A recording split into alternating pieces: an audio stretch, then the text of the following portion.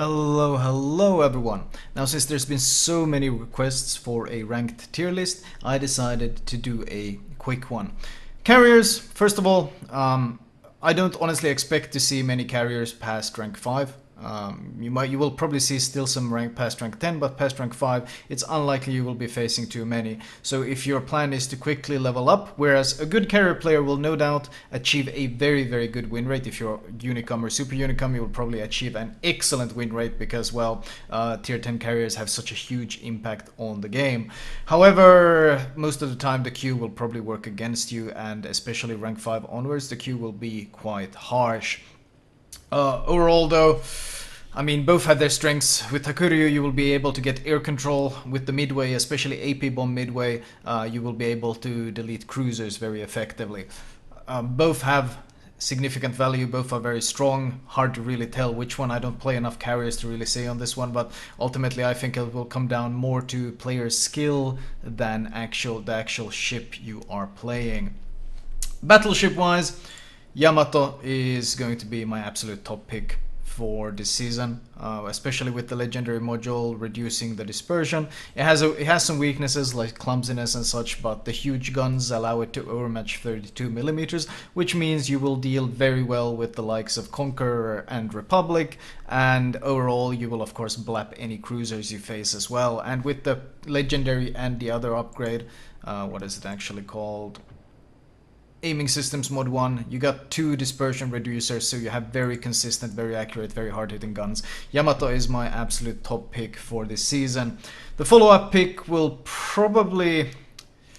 Republic might actually be my second highest pick here, mostly because the ability to overmatch 30mm of armor is so very important, especially since we're probably going to be seeing a fair amount of Zao, since the Zao buffs have made this ship quite popular. And being able to overmatch 30mm of armor means you can much more consistently deal damage to this ship, although it's not necessary against all of these new cruisers that have been added. Oh, actually it does help you a fair amount against the Worcester as well. So Republic is probably my follow-up pick, and as the safe pick I would choose the Conqueror. The Conqueror has actually gained a lot of value this season because of the introduction of the Stalingrad, which of course has that notorious ridiculous 50mm armor, which will be able to bounce pretty much all the AP thrown its way. Conqueror HE however has no issues penetrating this armor, and the Conqueror will probably kind of counter any Stalingrads you meet. They are fairly rare though, so just because it counters one ship doesn't give it that much value. It depends on how many battleships we'll see. You gotta remember this is ranked, not clan battles, meaning you will probably be facing multiple battleships on the enemy team, which will of course automatically raise the value of the Conqueror since it's exceptionally good at dealing with them. Keep in mind though that you usually give up a lot of early game influence in the Conqueror, since it doesn't seem to have that. It doesn't really have that same ability to delete or completely surprise destroyers and cruisers the same way some of the other ships. Montana is always a solid pick. I mean, Montana has never been a bad battleship. I doubt it's going to be a bad battleship this season either. The issue is of course going to be the higher the tiers, the more angled ships will be, and Montana does not deal with angled ships nearly as well as the likes of Yamato Republic or Conqueror. And Kurfürst is my last pick this season. Clumsy, huge. Yes, it can't be Citadel, but there's going to be so much HE spam this season, especially with the addition of Worcester, that I expect this ship to struggle. It does have some good HE resistance though. Keep in mind that 50mm armor makes it very resistant to the raw HE damage, but that doesn't mean that it won't be burning pretty much constantly. I doubt any tier 10 battleship will be a bad choice, but the awkward firing angles, the clumsiness, the terrible concealment, all of this combined, and of course if the enemy has a carrier, all of this combined makes the Kurfürst my last pick for battleships this season. Cruiser wise, Stalingrad gets absolute top pick. People are not used to dealing with a cruiser that shoots battleship AP, especially with 2.65 Sigma and improved pen angles. So this ship regularly punishes cruisers extremely hard. It punishes battleships, and of course it has the propensity to delete destroyers quite often as well, because it has that lower AP arming time plus that incredible Sigma, and of course it can slot radar and defensive AA. So the radar especially is important, since you'll be, with the combination of radar and accuracy and AP shells, you are actually able to devastating strike destroyers quite often. In fact, there's been some speculation that this ship might be the best at outright deleting destroyers because of the combination of the AP shell velocity, sigma, and radar combination. So it's just very, and of course the low arming time. So this thing just eats cruisers, destroyers alive, and really good against battleships as well. The weakness is of course the awkward concealment, but it's a 7 versus 7, so even if you're spotted, you can probably outtrade whatever you're fighting. So this thing absolutely going to be one of the top picks this season when it comes to cruisers, as is the Worcester. The Worcester is a monster. In fact, the popularity of the Worcester will dictate how many destroyers we see this season. If there's a lot of Worcester being played, then there's not going to be many or any destroyers being played, because the Worcester is just ridiculously good at dealing with destroyers. It can reach that 9.9 kilometer concealment. I think it was 9.9, let's see. 9.5, my bad. It was the radar that's 9.9. It was even worse, much worse than I remembered. It can reach that 9.5 km concealment, and of course it has that radar of 9.9, which means of course if this ship gets spotted, you can automatically counter radar, and then you're radaring a destroyer at 9.5, and you got the highest DPM pretty much in the game. Like, your HE just shreds everything. So you straight up counter and eat destroyers alive. You have a Hydra to deal with the torps, so you'll never get torped. You get defensive AA if you happen to run into a carrier. It's a combination, it's a goddamn monster. The only reason we haven't seen too many of them is not too many people have this ship yet, but it's absolute A+ god tier when it comes to any sort of competitive. I mean, 1 versus 1 a cruiser, no cruiser wants to fight this cruiser 1 versus 1, because as long as the Worcester isn't a dumbass and gives flat citadel, he can outtrade any cruiser, because the DPM is just so high, and with IFHE of course you'll be penning everything, and you just melt other cruisers in a 1 versus 1. And of course, you can just hide behind islands and burn battleships as well. It's universally great against pretty much everything, and this is also an A+ pick for this season of Ranked when it comes to cruisers. Other no doubt strong picks, well, Radar Minotaur is always going to be strong. Smoke Minotaur, especially once again because of all the radar, might not be that valuable, but Radar Minotaur is of course always a nightmare, simply because the radar has 9.9 km range and you got 8.9 km concealment. That of course depends once again on how many DDs we see. The value of this ship will depend heavily on that. Hindenburg, always a solid choice, doesn't have the same radar impact. Moskva, well, if you don't have the Stalingrad, Moskva is kind of like a poor man's Stalingrad right now. Honestly, there's not really much point to play the Moskva if you own a Stalingrad, so this thing has fallen off quite significantly because of that. The Zao is always going to be a strong, good flanker.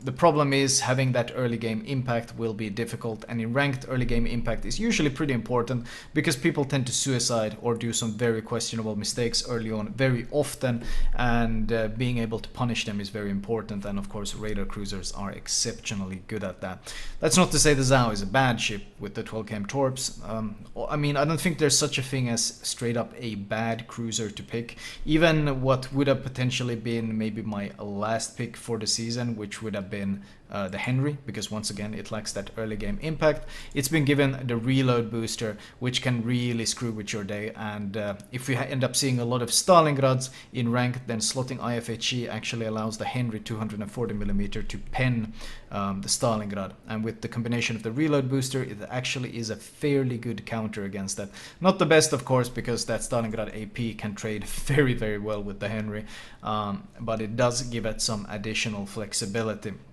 No such thing as bad cruisers in my opinion. They're going to be heavily based on the player, but I don't think anyone will be able to quite easily match the power that the Stalingrad and the Worcester will bring to Ranked.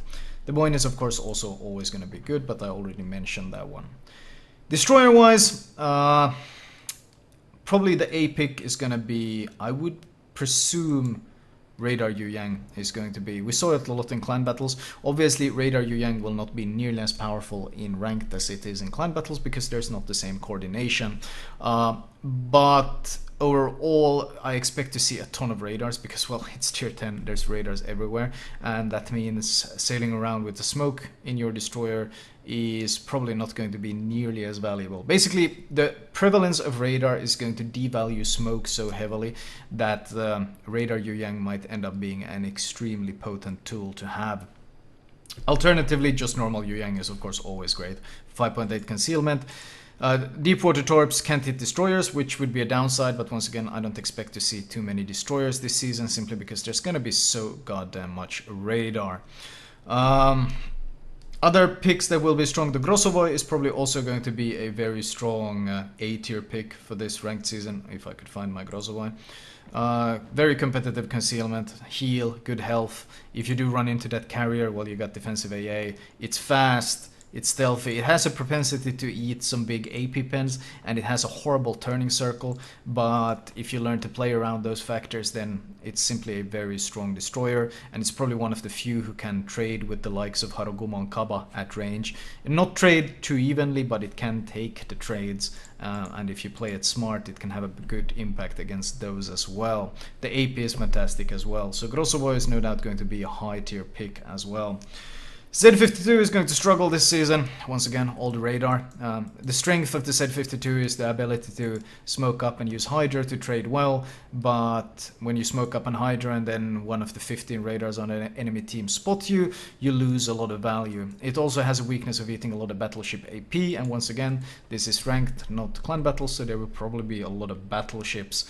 Z52, I think, will kind of struggle this season. I don't rate it very high.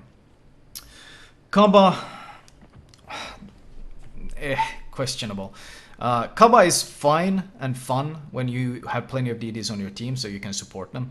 But if you end up being the only DD or one of two DDs on your team, then you're kind of a weakness because the enemy has that capping potential, they have that scouting potential, whereas your team is stuck with a flanking light cruiser that can eventually do a lot of work. The problem is, can eventually is the caveat there. It takes time for the ship to be effective.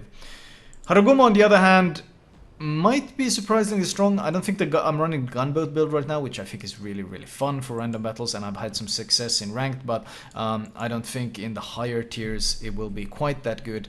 But concealment build, Haruguma with 6.2 km concealment, might be a fairly good supporter of friendly destroyers. Basically, you find a friendly destroyer who pushes into a cap, and then you support him, and when the enemy DD gets spotted, then you dakka. You're never the point man, you're never the first man into a cap, you rather support. Although with 6.2 km concealment you can kind of contest caps, even though it's much riskier. But Haruguma might have some good potential because of course the DPM is insane and you can melt every target you face.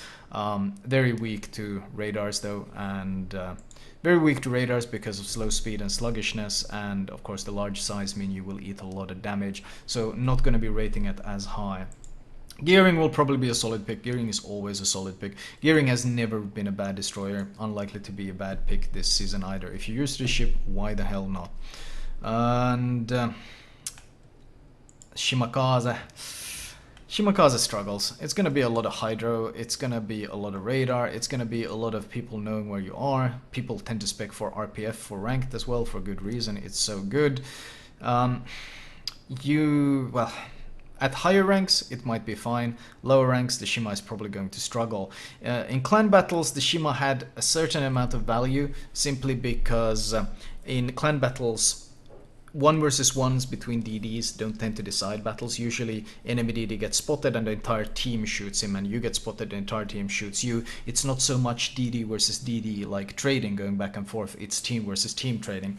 In ranked battles though, your team might be going flanking down to D, your team might be horribly out of position, and oftentimes you're going to have to be the guy who makes the play, you're going to have the impact, and the Shima simply can't take 1 versus 1 fights against other destroyers. Well, it can if the enemy is really, really bad, but rule of thumb is that in straight up trades you're going to be losing. So for that reason I'm not going to be rating the Shimakaze very high. I think it's going to be a rather poor pick. If of course the random carrier shows up, well, every destroyer suffers, but of course destroyers without defensive AA will suffer even harder. I think I covered all the ships. I gave my opinions on them. I don't think there's straight up going to be any really terrible picks, but I do think there are some weaker picks, like for example the Shimakaze and the Kurfürst. Potentially the Henry. I don't know. The reload booster might give it some good value there, but it's going to be, I predict a very radar focused meta this season, and if people learn how to play Worcester, we're going to see a shit ton of Worcester. We're going to see, especially higher tier, higher ranks, we're going to see a lot of Stalingrad because it just slaughters people. It's going to be a rough season. A lot of radar, rough season for destroyers in particular. We'll see how it turns out. These are my preliminary recommendations. That is all. I hope you guys enjoyed it, and I hope this small guide gave you some sort of direction on which way to head. Anyway, I will talk to you guys later. I hope you enjoyed it.